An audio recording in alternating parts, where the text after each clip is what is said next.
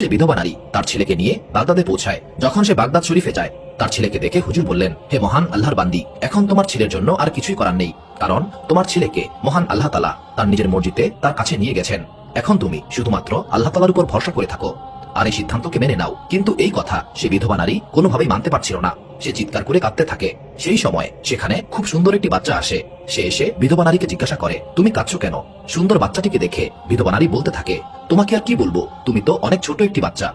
এরপরেও সেই বিধবা নারী তার সামনে উপস্থিত থাকা সে ছোট বাচ্চাটিকে তার সমস্ত ঘটনা খুলে বলে, যেন হুজুরের দোয়ায় সে সুস্থতা ফিরে পায়। কিন্তু এখানে পৌঁছানোর পূর্বেই তার ছেলে রাস্তায় জ্ঞান হারিয়েছিল এবং এই অসুস্থতাই তার ছেলেকে মৃত্যুর মুখে নিয়ে গিয়েছে।